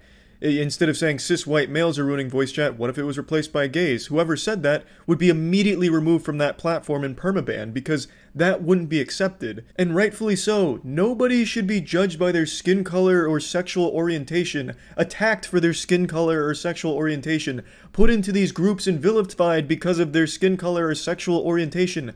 Racism is bad. Racism, discrimination, hating people for choices they make with their own body, all of it. Bad. Very bad. But because she's the one saying it about cis-white males, for some reason, it's not only accepted, but it is endorsed by Twitch, which I think, and most streamers and most people on the platform think, is not a good thing and sets a very fearful precedent, and is immediately kind of dividing the community about safety advisory versus the community, which is the absolute worst thing, because on paper, it seems like the council was supposed to be a way to bridge this gap where we can finally have real communication between Twitch power and just the people on the platform. But unfortunately, there's already a divide being caused. But I am still genuinely hopeful that the council will be something positive for the platform, because this is a step in the right direction, at least the idea and the theory of it, by having actual members of the community representing the community's interest in a higher capacity, I think is a great step. So yeah, just wanted to talk about that, and that's it. So yeah. This afternoon I was having a pretty good day, so I decided to ruin it by going on Twitter. It's part of my daily routine to check in on Twitter just to make myself mad, as every sane person does, no doubt. And today was nothing special, just endless piles of trash. But while dumpster diving, I found something pretty interesting and alarming. It's a series of posts from a popular streamer named Amaranth. She's massive on Twitch, I'm sure she needs no introduction, I'm positive you all are familiar with her work. She basically invented hot tubs. And on her personal account, she made a series of tweets talking about her stalker. And this shit is fucking scary. It reads like something right out of a Stephen King novel. So I wanted to go over the tweets with all of you, as well as talk about the bigger problem of stalkers on Twitch. Because it's not exclusive to just Amaranth. I think Amaranth has had the most stalkers. She's had like 1,000 stalkers at this point, I think. She's had like an entire fucking football squad worth of stalkers, and that includes third string and bench players. She could fill up an entire Comic-Con convention center with just her stalkers. It's absolutely terrible, and again, it's not just Amaranth. Tons of streamers have talked about their personal experiences with the problem, and one that's always stuck out to me is a really frightening one. I won't name the streamer's name, but there's a streamer on Twitch who has had a problem with a member of her community for almost 4 years now, I believe. And this guy has flown down to her city uninvited, unannounced, to try and track her down and find her. And while doing that, even broke into another streamer's house while they were streaming, went on their stream and tried to use them to reach out to that streamer on their behalf to track her down for them. Absolute fucking lunacy. And they have also, the stalker has also written a manifesto that's over 400 pages long and still being updated to this day.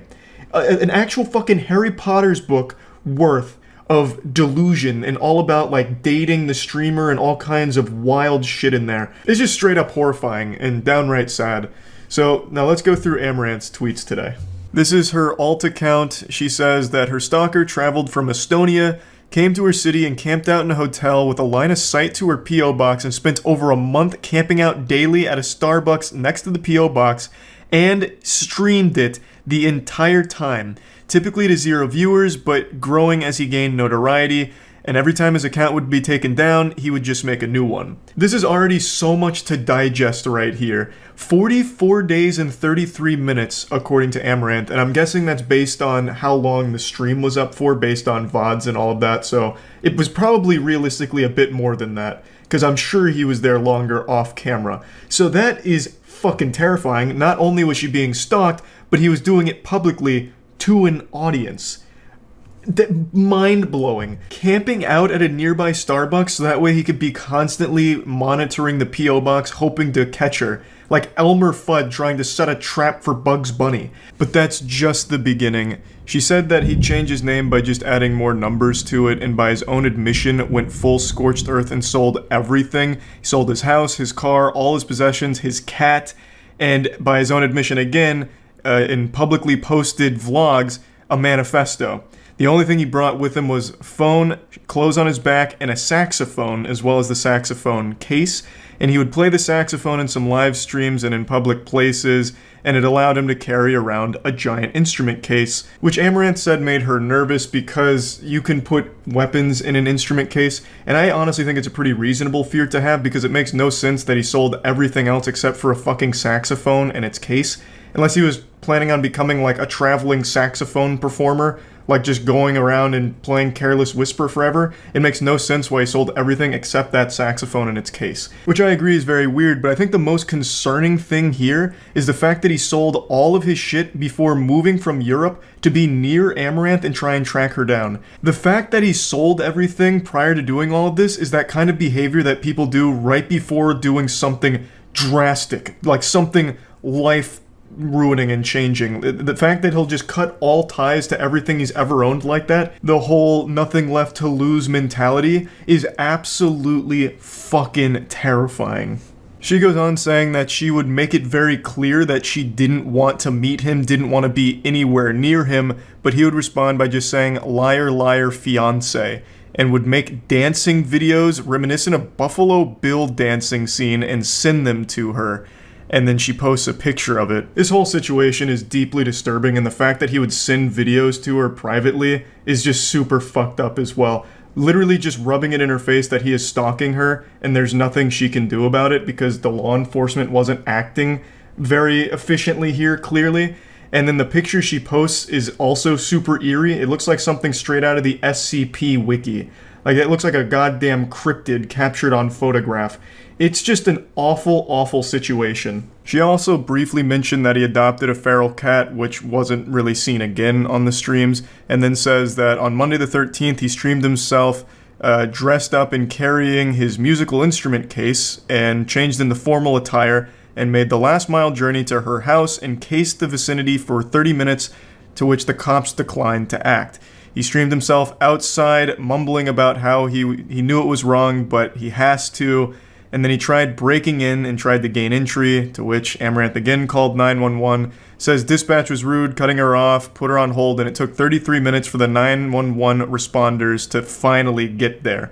Amaranth did have armed personnel on standby at her residence, according to her, that would have acted if he successfully broke in, but luckily it didn't come down to that. Law enforcement did get there, he got arrested, got detained, and she says the embassy was contacted and he's currently not in Houston, and that's all she can share for now. Luckily this story has a somewhat happy ending. They got arrested and got kicked out of Houston, hopefully also put behind bars. But there's a lot more to talk about here that I'd like to get into, and that's the law enforcement's response to stalking. One thing that's remained consistent across every single story of a Twitch streamer sharing their personal experience with stalkers, the one thing that is a constant is that law enforcement doesn't do anything about it. In extremely rare cases, they'll allow them to get a restraining order, but even that's super uncommon, it seems. They just don't take it seriously. I understand, like, stalking and, like, trying to act on it as law enforcement is a pretty tough situation to be in because, you know, it's not Minority Report where they can tell who's going to commit a crime before it happens or whatever. You know, they're not Tom Cruise. And that's kind of the same thing here with stalking. They're trying to prevent a crime or an escalation without it having happened yet, so they don't have all of, like, the evidence to tell them, like, it's going to happen, so it makes it tough for them to actually act. But I really think in situations like this, they should be a lot more understanding and accepting of evidence. This guy streamed 44 days worth of continuous stalking and harassment, and it's all documented, all of it's shared, and yet they still didn't take it seriously until he showed up at the residence, and even when he was there actively trying to break in, they didn't show up for 33 minutes and didn't take it seriously. There needs to be some kind of new way of handling this kind of situation, or it's going to continue and get worse. Another streamer named Sweet Anita also had a similar problem with a stalker, except law enforcement was somehow even more inept here when it came to the situation. This stalker would publicly threaten her, send her threatening messages about how he's gonna kill her, gut her, use a knife and slit her open, and just like crazy, unhinged shit. And in real life, would actually sit outside of her house and follow her around and even tried to assault her. And still law enforcement didn't take it seriously for the longest fucking time. It's like law enforcement's hands are tied until they actually commit the crime and kill the person. But when there's this many red flags, why not act preventatively? Like, why not have a preventative measure in place? Like, okay, this guy's publicly making threats, sending these threats about how he's gonna kill her, and is actively sitting outside her fucking house. Maybe we should do something about this individual. So yeah, I just think there needs to be some kind of system in place to be a bit harder on stalking, where when there's this much evidence of like threats, and then like actually acting on some of the things they're saying in the real world, they need to take that more seriously and be harder on it. Like, if you actually show up, you're getting arrested. If you're within 5 miles of this person, you're getting arrested. Like I said, sometimes there's restraining orders, sometimes they trespass the individual, but even in those cases, it's pretty uncommon they even do that much. So I just think they need to be a little bit more intense on their stalking laws in order to prevent an actual tragedy from occurring. And it's happened before. There's plenty of cases where stalkers have been reported, law enforcement didn't act, and then the stalker ends up killing the victim. Most recently, I think it was last year, and I think this was in the UK, there was a teenager that reported a stalker 5 times and then even got fined 90 euros for wasting law enforcement's time, and then the stalker ended up killing them. A complete failure from the law enforcement there. And that's not an isolated case, it's happened before. I just think in general, there's more the law enforcement agencies can be doing to prevent something like that when it comes to stalking. And then another thing that I'd like to mention is why there seems to be so many stalkers on Twitch in particular. And I think that's because, and I've said this before, you're interacting directly with the streamer you're watching. So for mentally unwell individuals, they get this false sense that they're now friends, and in certain cases, lovers. So a lot of times you'll see these stalkers have the delusion that because they've donated to a streamer or they subbed to the streamer, they're now like romantically involved with each other. And that gives them some sense of entitlement. And when they realize that, you know, the streamer doesn't feel that way about them and doesn't even know they exist, they start to get mad, lash out, and then you see all of these fucking wild, crazy messages and these threats that they'll make and these meltdowns, and it's terrible. You hate to see it. It's absolutely terrible. But it's not like the streamer's fault or anything. That's entirely just because there's so many people on Twitch. Some of them are bound to be mentally unwell and take these parasocial relationships to an extreme level. Parasocial relationships are bad, no exceptions, but they're even worse when the person believes they have control over the streamer or possession of them because they've donated money. Now they're dating and all of this, and then they find out that the streamer is, you know, romantically involved with someone else. In the real world, they lose it, go wild, and then ends up in these crazy stalking situations or whatever. It's just a terrible situation that's only been getting worse as Twitch continues to grow. It's not really a problem with the solution, though. There's not a whole lot Twitch can do to prevent that because they can't control the mental health of its users, right? And it's not the streamer's fault who are just streaming and then get someone that keeps donating to them and thinks that they're best friends or they're in love or something because of the money they've given. Like, there's not much you can really do there other than acknowledge, like, hey, look, I'm just a streamer. You know, I appreciate the support and the generosity, but this doesn't make us friends. You know, we're not in love. You know, I don't know you. Ludwig had a whole video called "I'm Not Your Friend," where he just says, like, parasocial relationships are bad. I appreciate that you come to the streams and are generous, but I'm not your friend.